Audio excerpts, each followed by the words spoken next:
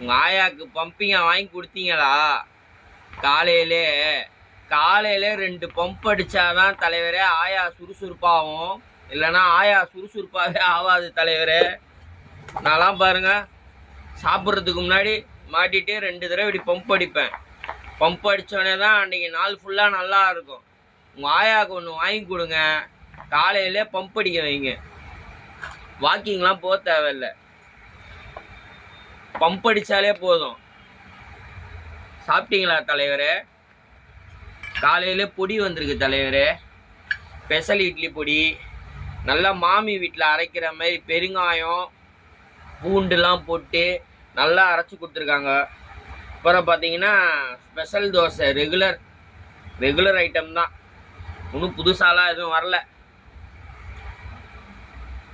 ஆனால் தலைவரே, ஆயாவுக்கு கண்டிப்பாக பம்பிங்க ஒரு தடவையாச்சும் வாங்கி கொடுங்க தலைவரே. எவனோ திட்டுறான் காலையிலே, திட்டாதீங்கடா என்ன மென்டல் பயலுகளா, கண்ணுலேருந்து தண்ணியே வருது.